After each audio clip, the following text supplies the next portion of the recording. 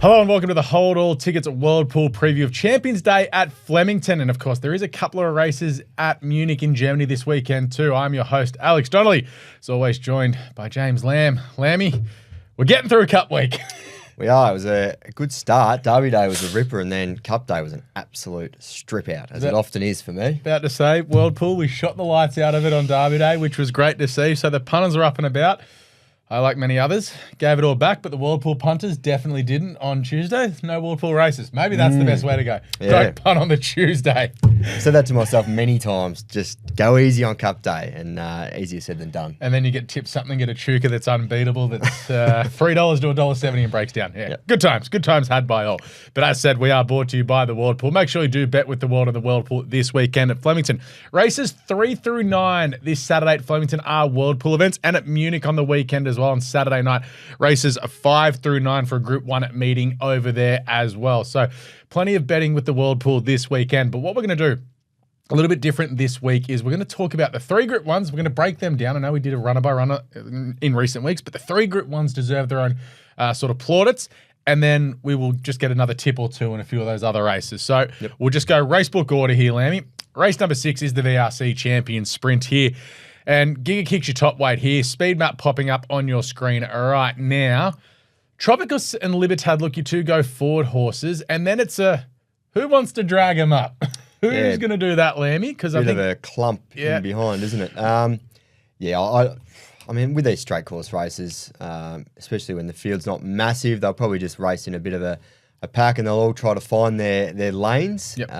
Hopefully, Tyrus finds the quickest lane. I was going to say, because we're going to have a look at a few replays here. His is one of them. We're not going to look at last weekend's race, which was won by Calibus. He was good winning last week. And we won't look at Giga Kick's replay at Caulfield either, because it was he and Tropicus out of that. But the Tab Everest is pretty important, because Jolie Star, high up in the betting, was the winner of the Newmarket in the autumn.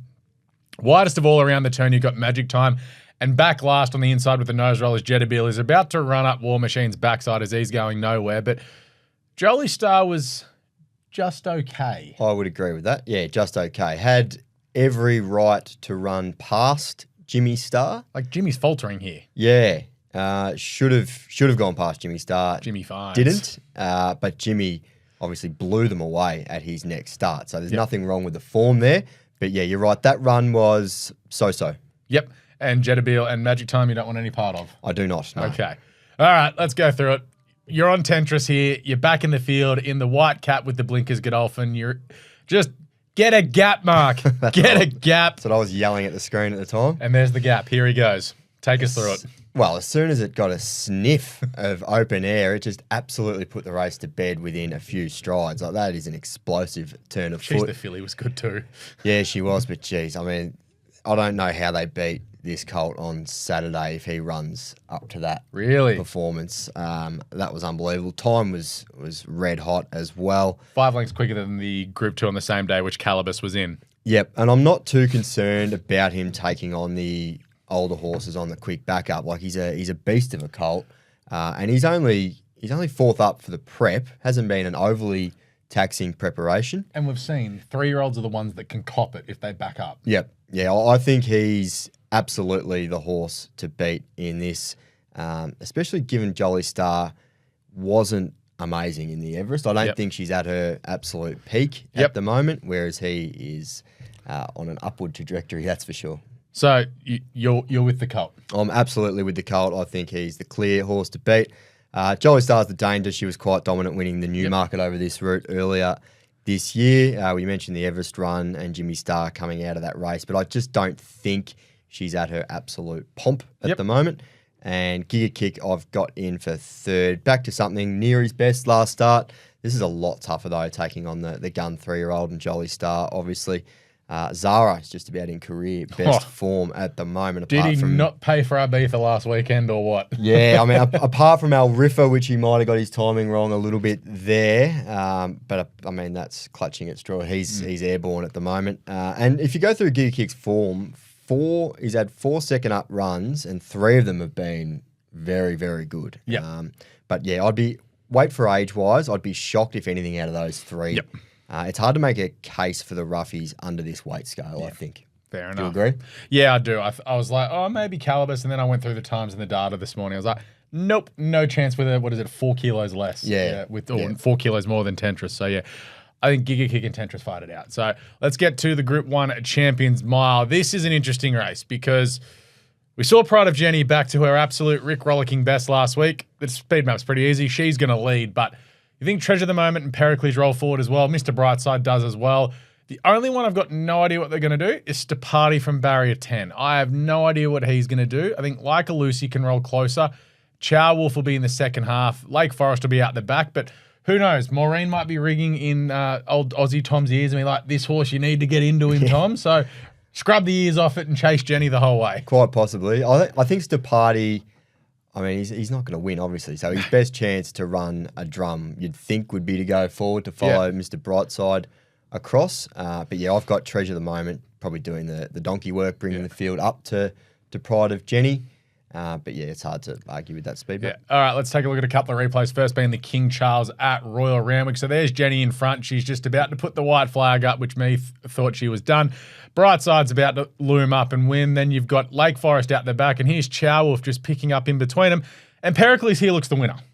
Absolutely, but he has done that a few times in the past. Loomed large and hasn't quite gone on with the job. He's a very, genuine, consistent galloper. He probably just lacks a killer punch at the end of his races. Yeah, and Lake Forest started favourite, didn't do much there. No, that was bog average, and I don't think the ride was as bad as Maureen thought it was. No, and let's get to last week because this was just ridiculous. It really was. Like a Lucy's out the back chasing her there, just lugging in a little bit out in the Aussie Kia colours, but it's Jenny. For self-interest's sake, I had Like a Lucy to place as the last leg of a few multis, so I wasn't even watching Jenny. I was just watching Like a Lucy seemingly bobbing up and down in the one spot. I was just waiting praying, for Lazura to get past her. Yeah, I was just praying, hold on for third. And here you were fine. She actually got second, so... Yeah, but they just held their position, the rest of the horses. There's not much more you can say about that replay, really. Pride of Jenny just pulled their pants down, as she's done a number of times. So it's an interesting little race here because, obviously, if she does this again, she's going to be hard to beat. We saw her. She did it first up.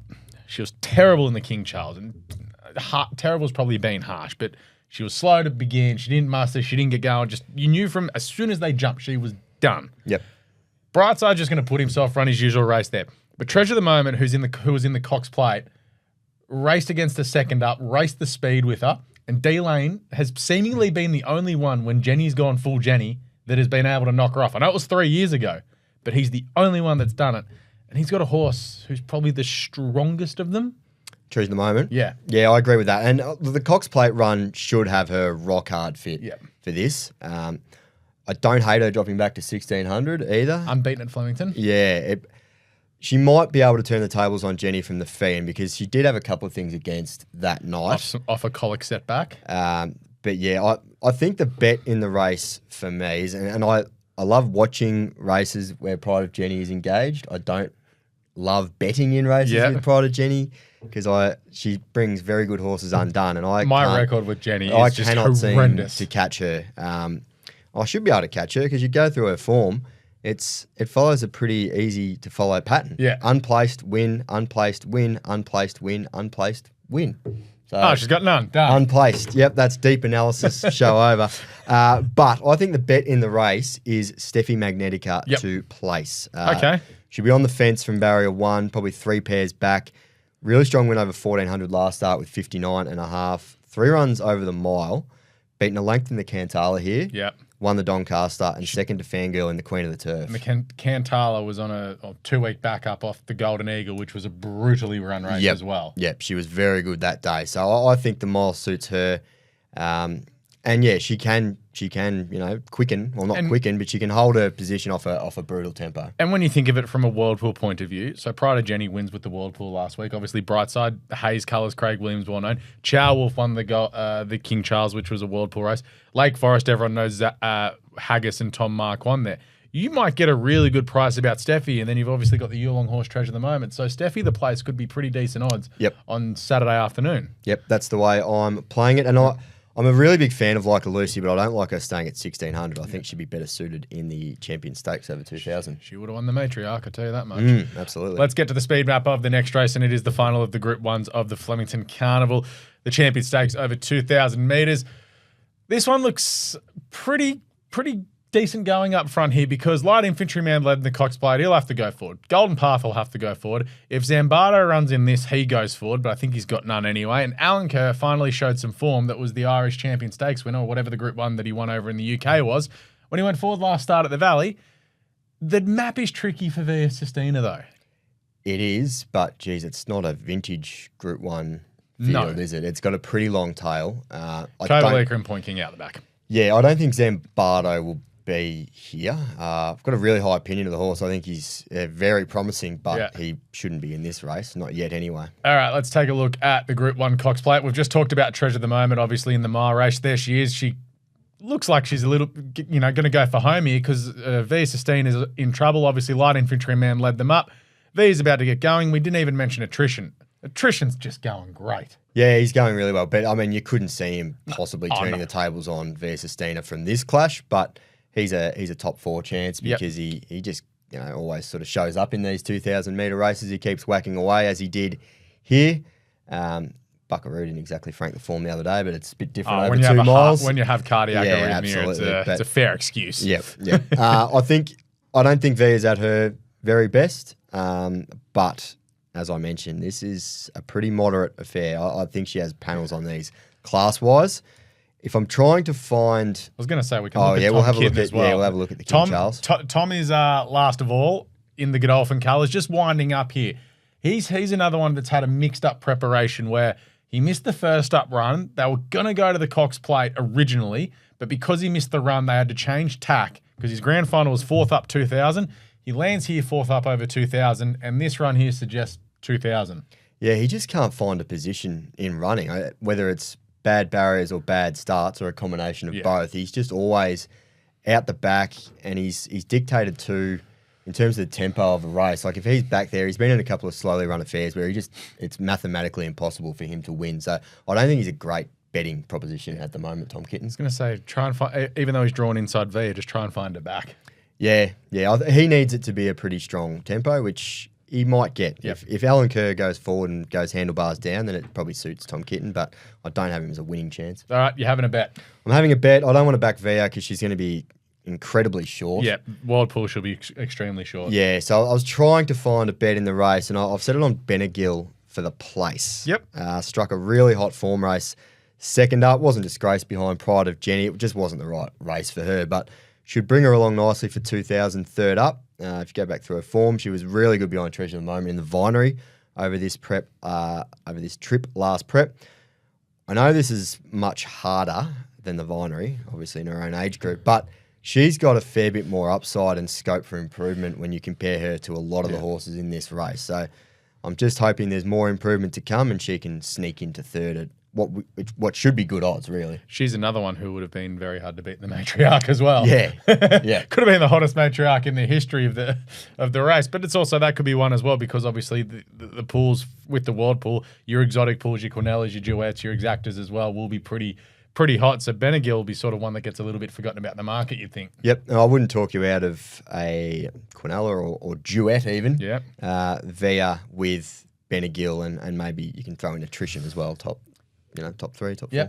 All right. We want to have a couple of bets on the rest of the card. Obviously, races 3 through 9 are World Pool this weekend, so make sure you do bet with the World Pool this week. Where are we going? Because race 3 is the Fisher Stakes. You keen there? I am, yes. Race 3, number 14, Vestas, back to the well again. Finally in a race that suits, though. It does look that way.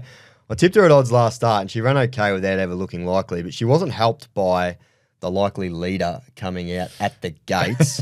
So Jigsaw got an absolute picnic out in front. The backmarkers were never in it. So for giving that run, her return at Caulfield was outstanding, and she looks perfectly drawn here, barrier 15. To zoom down the grandstand rail, you'd imagine they'll be using the outside part Can we not of bring the up track. the outside rail with Vestas, please? Yeah, I was going to bring that. Yeah, second in a Group 3 down the straight. Just her second career start. She probably should have gone very, very close that day. Yep. I've been with her pretty much every start since. But yeah, big field. Tempo should be strong with front page engaged. They'll run along. Just clean air. I think she'll be in the finish. And finishes off, last race of the carnival, the Hong Kong Jockey Club World Pool Grand Handicap. Yep. 16 of them to belt down their straight to finish off with a good weight swing of 6 kilos between the field. Yep. Last race. So it's the Get Out Stakes. If race you're back in 9. Stolly Bolly, I'm leaving. I am not. Thank God. No, I've had enough of Stolly. Just keeps finding one or two stronger. I'm going with Ballastia. I think that's the pronunciation. Yeah, we'll roll with that. That'll do. Went like an absolute rocket in a recent jump out over 800. Running straight and very, very fast. Not many would have missed that jump out. It's a pretty good formula. Yeah, put a space on Beedman and Bayvok, so wasn't exactly racing against slugs that morning. 3 from 3 for Danny O'Brien. 2 of them have been utterly dominant, so I think he'll take plenty of catching if Childs can find the best part of the track from barrier 5. He'll definitely be at least in open air if he jumps like he has been. Yeah. He'll be able to pick his way to whatever is the fastest lane by the time race 9 rolls around. Geez, you're pretty keen on the straight races throughout the day. Yes, I did notice that. Yeah. Probably my 3 best bets are in the straight course race. That feels like it could be very good or very dangerous come the Grand Handicap. To finish I off need the a bit of luck on my side in the straight course races. Well, hopefully we've found you a winner or two this weekend at Flemington. Of course, don't forget races 3 through 9 are World Pool events this weekend at Flemington, and then you do have races 5 through 9 at Munich as well for a Group 1 meeting over there, which I think is the final World Pool meeting that we're covering here on the Hold All Tickets World Pool preview until Hong Kong. In a month's time, which I'm very much looking forward to being going, are you? Going again. Very lucky for some. Yeah, very much looking forward to seeing Karying Rising and Romantic Warrior again. That's going to be a hell of a time, but that is next month. But thank you for joining us on the Hold All Tickets World Pool preview this weekend. Make sure you do bet with the World Pool. Lammy, I think it's time for us to take a break. We need a nap. It's been a long week. I'd like to, but I've still got about 2 hours more work to do today, but that's all right. I'm going to head home and do a little bit more at home myself on the couch. But thank you for joining us. Good luck if you're having a bet this weekend, and we'll catch you next time on the World Pool preview. What's gambling really costing you? For free and confidential support, call the number on the screen or visit the website.